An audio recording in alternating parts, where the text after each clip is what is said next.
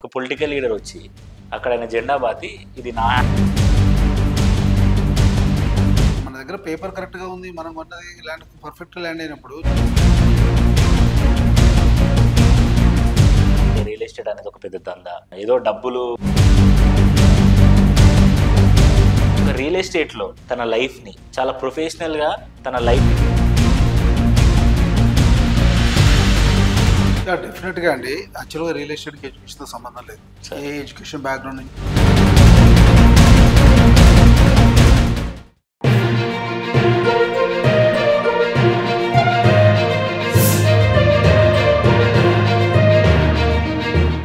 ఇప్పుడు real estate అనగానే ఎక్కువ పొలిటికల్ లీడర్స్ దగ్గరనే ఎక్కువ డబ్బులు ఉంటాయి కాబట్టి వాళ్ళే ఇన్వెస్ట్ చేయగలుగుతారు, వాళ్ళే ఒక ప్లాట్ సేల్ చేయగలుగుతారు అనేది ఉంటుంది. ఇప్పుడు ఒక మిడిల్ క్లాస్ పర్సన్ ఉన్నాడు. ఆ మిడిల్ క్లాస్ పర్సన్ ఈ జూబ్లీ హిల్స్, బంజారా హిల్స్ అంటే హైదరాబాద్ లోపల ఒక ఏరియాలో ఒక ప్లాట్ కొనుక్కున్నాడు. సడన్ గా ఏమైందంటే ఒక పొలిటికల్ లీడర్ వచ్చి అక్కడ ఆయన జెండా బాతి ఇది నా హ్యాండ్ ఓవర్ లోనే ఉంది అని చెప్పేసి దౌర్జన్యం స్టార్ట్ చేసాడు. ఇప్పుడు ఆ దౌర్జన్యం మీద ఫైట్ చేసే అంత సత్తా ఈ మిడిల్ క్లాస్ అబ్బాయికి లేదు. కాకపోతే రాజకీయ పరంగా పలుకుబడి ఉన్న ఒక వ్యక్తి అక్కడికి వచ్చి చేసిండు. అలాంటి క్రైసిస్ ఉన్నప్పుడు ఆ మిడిల్ క్లాస్ ఎవరైతే ఆ ప్లాట్ సేల్ చేసుకున్నారో ఆ వ్యక్తి ఎవరికి సంప్రదించాలి? జ్యుడిషియల్ ఉంది కదా, కన్సూమర్ ఫోటో ఉంది, జ్యుడిషియల్ ఉంది.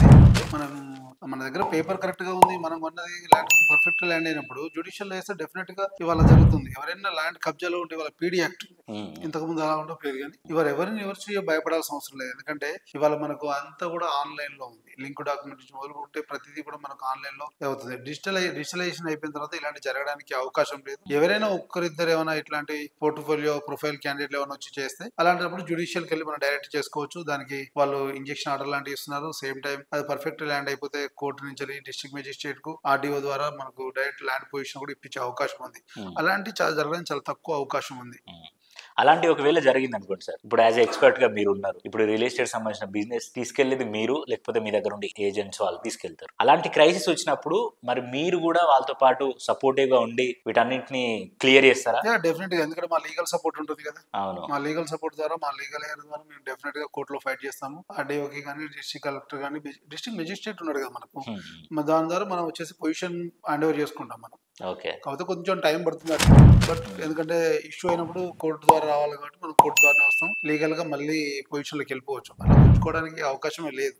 ఎందుకంటే ఇలా డాక్యుమెంటేషన్ ప్రతి కూడా డిజిటలైజేషన్ అయిపోయింది. Okay sir. ఒకప్పుడు రియల్ ఎస్టేట్ అంటే ఏంటంటే రియల్ ఎస్టేట్ అనేది ఒక పెద్ద దందా, ఏదో డబ్బులు మనకి ఎక్కువ వస్తాయని చెప్పేసి ఇట్లా మభ్య పెట్టి చాలా మందిని దాంట్లో జాయిన్ చేయించుకొని వాళ్ళు సేల్ చేసుకుంటారు. తర్వాత ఎవరైతే జాయిన్ అయ్యే వాళ్ళు ఉంటారో ఫ్రెషర్స్, వాళ్ళకి దెబ్బ పడుతుంది.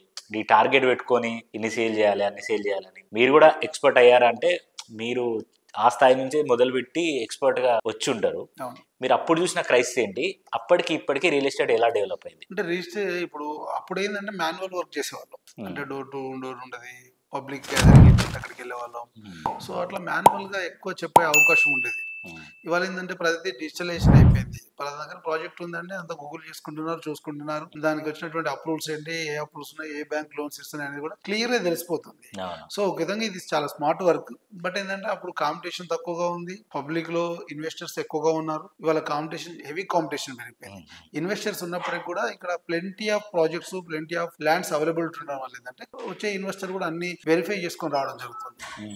Okay sir. సో కంపారిటివ్లీ అప్పటికిప్పటికి చాలా వర్క్ డిఫరెన్షియేషన్ వచ్చేటటువంటి ఏజెంట్స్ కానీ, అసోసియేట్స్ కానీ, మనకు వచ్చే అడ్వైజర్స్ కానీ ఎవరైనా కూడా ఇవాళ అంతా ఎడ్యుకేషన్ బ్యాక్గ్రౌండ్ నుంచి వచ్చిన వాళ్ళే ఉంటారు. సో ఇవాళ నాలెడ్జ్ గెయిన్ చేస్తున్నారు. మనం ప్రతిదీ కూడా టెక్నికల్ గా వాళ్ళందరికీ కూడా మనం ట్రైనింగ్ ఇస్తున్నాము. ఎందుకంటే ఇప్పుడు వచ్చేటంతా కూడా సబ్జెక్ట్ తో కూడుకున్నది. ఎందుకంటే కస్టమర్ కి అన్ని తెలిసి ఉండకపోవచ్చు, సమ్ టైమ్ కస్టమర్ కు ఎక్కువ నాలెడ్జ్ ఉండొచ్చు.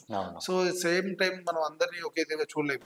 సో ఎవరు వచ్చినా మనం అందరికీ సేమ్ నాలెడ్జ్ ఇవ్వాలని ఉద్దేశంతో ఏంటంటే మనం ప్రతి వీక్ ట్రైనింగ్ కండక్ట్ చేస్తుంటాము, వాళ్ళకి నాలెడ్జ్ ఇస్తున్నాము, సేమ్ టైం దాన్ని కస్టమర్ కూడా అందిస్తున్నాము. Yes sir. సార్ ఇప్పుడు ఒక గ్రాడ్యుయేట్ చేసిన ఒక పర్సన్ ఉన్నాడు. గ్రాడ్యుయేట్ చేసి ఇప్పుడు ఓ డాక్టరో, ఇంజనీరింగో, లేకపోతే లాయరో, ఇవన్నిటితో పాటు ఒక రియల్ ఎస్టేట్ లో తన లైఫ్ ని చాలా ప్రొఫెషనల్ గా తన లైఫ్ ని స్టార్ట్ చేయాలని అనుకుంటే వాళ్ళ లైఫ్ ఎలా ఉంటది, వాళ్ళు ఎలాంటి సమస్యలు ఎదుర్కొంటారు, ఒకవేళ సమస్యలతో పాటు ఎలాంటి బెనిఫిట్స్ ఉంటే వాళ్ళ లైఫ్ ఎలా ఉంటుంది ఒకవేళ రియల్ ఎస్టేట్ లో తన లైఫ్ ని ప్రొఫెషనల్ గా స్టార్ట్ చేయాలనుకుంటే? డెఫినెట్ గా అండి. యాక్చువల్గా రియల్ ఎస్టేట్ కి ఎడ్యుకేషన్ తో సంబంధం లేదు. ఏ ఎడ్యుకేషన్ బ్యాక్గ్రౌండ్ నుంచి వచ్చిన వాళ్ళైనా వాళ్ళు రియల్ ఎస్టేట్ చేయొచ్చు. రియల్ ఎస్టేట్ అనేది ఏంటంటే ఫస్ట్ లెర్న్. ఎంత నేర్చుకుంటానంటే అంత అంత పెద్ద సబ్జెక్ట్ ఇది. ఓకే. సో నేర్చుకోవాలి. మనం తీసుకున్నటువంటి ప్రాపర్టీ మంచి ప్రాపర్టీ అయి ఉండాలి. ఆ సబ్జెక్ట్ మంచి అయినప్పుడు నువ్వు డెఫినెట్ గా నువ్వు కస్టమర్ కి అందిస్తున్నావు, ఆ ఇన్వెస్టర్ కి నువ్వు అందిస్తున్నప్పుడు డెఫినెట్ గా ఆ కస్టమర్ సైడ్ నుంచి కొంచెం డౌట్స్ ఉంటాయి. సార్. ఆ డౌట్స్ నువ్వు క్లారిఫై చేయగలిగి వాళ్ళని సైట్ విజిట్ చేయించగలిగి వాళ్ళని మాక్సిమం నువ్వు 90% సాటిస్ఫై చేయగలిగినావు అంటే డెఫినెట్ గా నీకు వచ్చేటువంటి రిటర్న్స్ బాగానే ఉంటాయి. దాన్ని బట్టి చేయొచ్చు. ఇవాళ చాలా మంది ప్రొఫెషనల్స్ ఎక్స్పర్ట్స్ అందరూ కూడా నేర్చుకుని మార్కెట్ లోకి వచ్చిన వాళ్ళే. సో ఇవాళ రియల్ ఎస్టేట్ ఇన్వెస్ట్మెంట్ లో ఒకప్పటితో కంపేర్ చేస్తే ఇవాళ కొద్దిగా షార్ట్ టర్మ్ లోనే రిటర్న్స్ వస్తున్నాయి. ఇన్వెస్ట్మెంట్ కూడా అలానే జరుగుతుంది, రిటర్న్స్ కూడా అలానే జరుగుతున్నాయి. సో ప్రొఫెషనల్ గా ఎదగాలంటే నేర్చుకోవాలి. ఫస్ట్ నేర్చుకుంది మనం అప్లై చేయగలిగితే డెఫినెట్ గా ఇక్కడ అవకాశం ఉంది. ఇది చాలా పెద్ద ఇండస్ట్రీ. ఒక ఐటీతో కంపేర్, ఐటీ తర్వాత ఇలా రియల్ ఎస్టేట్ నే అత్యధికంగా ఎంప్లాయ్మెంట్ క్రియేట్ చేసినటువంటి real estate in India. Employment ఇక్కడ అవకాశం చాలా ఉంది. మనం ఎంత చేసుకోగలిగితే అంత ఉంది ఇక్కడ. ఎందుకంటే ఇక్కడ కమర్షియల్ ప్రాపర్టీస్ ఉన్నాయి, ఓపెన్ ఫ్లాట్స్ ఉన్నాయి, విల్లాస్ ఉన్నాయి, గేటెడ్ కమ్యూనిటీస్ ఉన్నాయి, హై రైజెస్ ఉన్నాయి, ఇండిపెండెంట్ హౌస్ ఉన్నాయి, డూప్లెక్స్ హౌసెస్ ఉన్నాయి, కమర్షియల్ ప్రాపర్టీస్ ఉన్నాయి, రెంటల్ ప్రాపర్టీస్ ఉన్నాయి. సో ఇలా చెప్పుకుంటూ పోతే రియల్ ఎస్టేట్ లో చాలా సెగ్మెంట్స్ ఉన్నాయి. ఏ సెగ్మెంట్ లో అయినా ఎక్కడైనా నువ్వు నిబద్ధతతో పని చేయగలిగితే, నువ్వు నిలబడగలిగితే ఇక్కడ డెఫినెట్ గా అవకాశం ఉంటుంది. కానీ నిలబడాలంటే 3 నెలలు నువ్వు వెయిట్ చేయాలి. దీన్ని నేర్చుకోవాలి, అలవాటు పడాలి ఈ వర్క్. ఎందుకంటే ఇక్కడ టైమింగ్స్ ఉండవు. నీకు నచ్చినట్టుగా ఉండడానికి చేయడానికి ఉండదు. నా ఇష్టం వచ్చి పోతాను. కస్టమర్ ఇచ్చిన టైంకి మనం అందుబాటులో ఉండాలి. సో దీన్ని బట్టి ఇక్కడ ఈ వెదర్ కి ఈ యొక్క ప్రాపర్టీకి నువ్వు అలవాటు పడి చేయగలిగితే డెఫినెట్ గా నీకు ఫ్యూచర్ ఉంటుంది. కంపారిటివ్లీ అదర్ జాబ్ కంపేర్ చేస్తే ఇక్కడ రియల్ ఎస్టేట్ లో ప్రొఫైల్ గా నువ్వు చేయగలిగితే నువ్వు ఒక ఎక్స్పర్ట్ అవుతావు. సేమ్ టైం నువ్వు ఇక్కడ ఒక ప్రొఫెషనల్ అవుతావు. ఇక్కడ నువ్వు అంతే సేమ్ టైం ఇక్కడ అమౌంట్ కూడా నీకు అదే విధంగా సంపాదించగలుగుతావు compare to job. Okay sir.